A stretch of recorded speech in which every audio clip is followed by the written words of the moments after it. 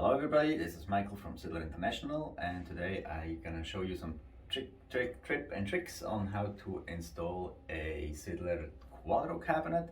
We have here the cabinet, it's already a little bit prepared, and we have here the mounting bracket that's already on the wall. Some electrical as well. We won't get into the electrical today. This is for another tutorial, more about how to install the cabinet itself and how to align the doors. As I said, we have the bracket here on the wall, and most important is that this bracket is level. And I'm going to show you this here. Level. Make sure this bracket is level on the wall. And we have at least one stud where we have the bracket attached to the wall, or then if you have no studs, then with proper anchoring to secure the bracket. So now we installed the cabinet onto the wall with the French cleat system, so it's hanging in the bracket. The bracket is a little bit shorter than the cabinet, so that you're able to center the cabinet exactly over your vanity. And now we have to check that the cabinet is level, and you see this here on top. Cabinet is nice and level horizontal. We also have to check that the cabinet is level on the side, so that the box is actually in a rectangle. Here we go. Now when this is achieved, the cabinet is in position, so now you can mark the holes here. You can mark the position of the hole here on the left side, bottom left and bottom right. Mark it. You have to take the cabinet off one more time to install an anchor, if an anchor is needed, if you have just drywall, or if you can go into a stud, even better. You have to take the cabinet off one more time, drill the hole, put the anchor in if needed, and then put the cabinet back up. Make sure it's level again, top and the side, and then install it and put the screws in and fix it permanently on the wall. So now the cabinet is on the wall and it's proper position, and the screws are in to secure the position to the left and to the right. And when this is done, we can install the electrical covers to cover everything nicely.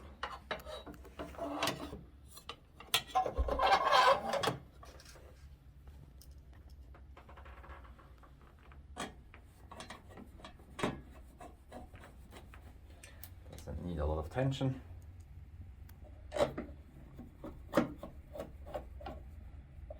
And do this on this other side as well. So the next step, we have the cabinet on the wall, everything is covered nice and tightly. Now we can install the light covers, and it's much easier to install the light covers before we install the doors. They're way easier access and faster. And how we do this, very simple. Doesn't matter on which side you start, on the outside or the inside, left or right. You align that cover a bit and then fix it on both ends, and then you can just push it in nice and tight.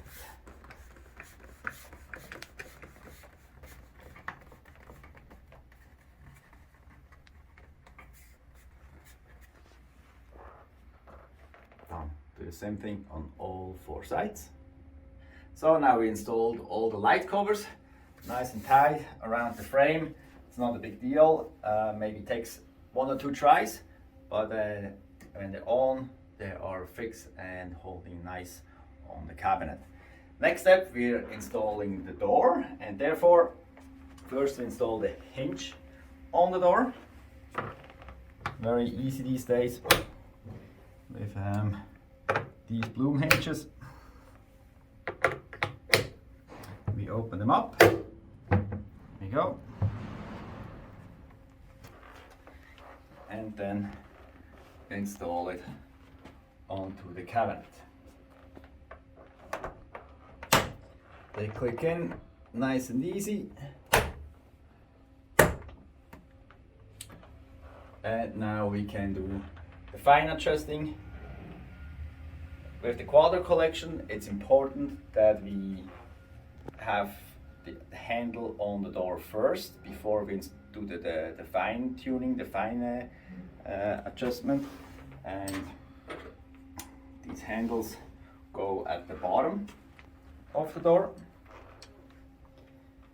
secured with 2 neat screws in the back. So make sure before you close the Quadro doors that these handles are on, because the door is flush with the cover, with the light cover, and otherwise you're not able to open it up anymore without taking the cover off.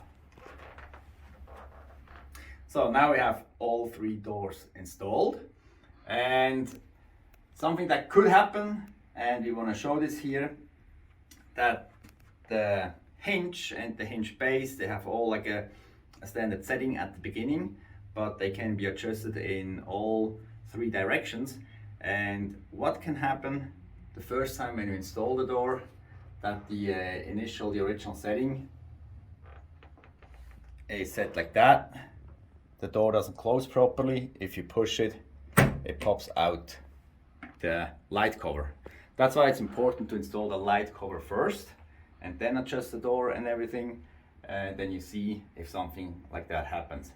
Another situation is also we have the handle at the bottom, and we have to make sure that the door is high enough so that we have clearance from the handle to the light cover, to the lower light cover. So to prevent this situation, these bloom hinges are adjustable in 3 directions. We have 2 screws which are visible when the door is open in this position. We have the screw here at the very back and a screw that is reachable through this hole here. The screw on the back side, or more inside the cabinet, moves the hinge forwards and backwards. The screw inside here moves the door to the left or to the right.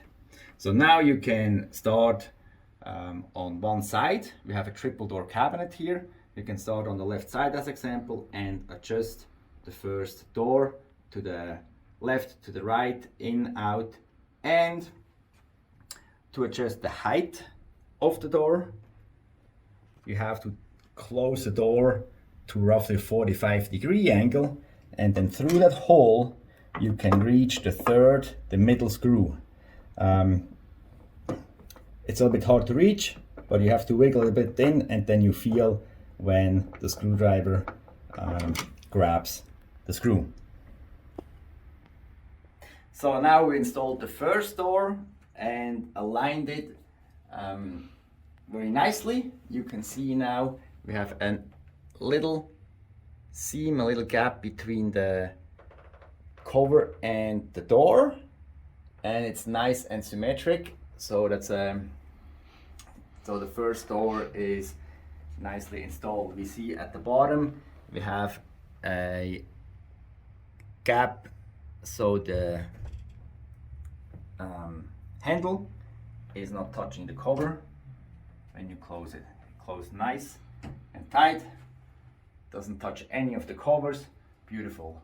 Now we can move to the next door.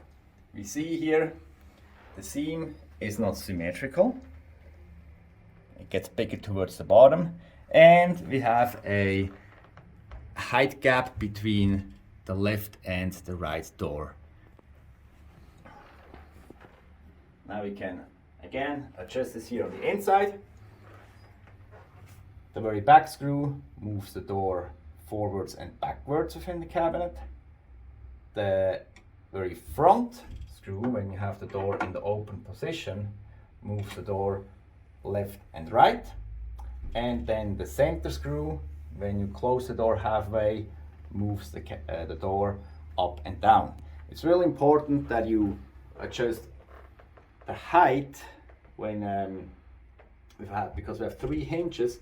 You have to adjust the height always symmetrical. So when you turn a screw a half a turn here, you have to make a half a turn here, a half a turn here. Otherwise it creates tension in the door and the door may warp. So always do the same adjustment on all hinges at the same time. So now we have adjusted all 3 doors, and you see here now we have a nice seam on the left side, nice and parallel with the light cover. We have a nice parallel seam from the first to the second door, a nice seam here between door 2 and 3, and a nice gap between the third door and the light cover. We also have at the bottom all the handles sitting, the door sitting above the light cover, so nothing touches the light cover at the bottom. And 3-door cabinet, open and close every door without any interference of any light covers. Nothing is popping off, nothing is touching, nothing is scratching. That's how you adjust these plume hinges and all the doors from this cabinet. Thank you for watching, and if you have any questions, visit our website www.sidler-international.com or give us a call on our office line 604-415-2422. Thanks, bye.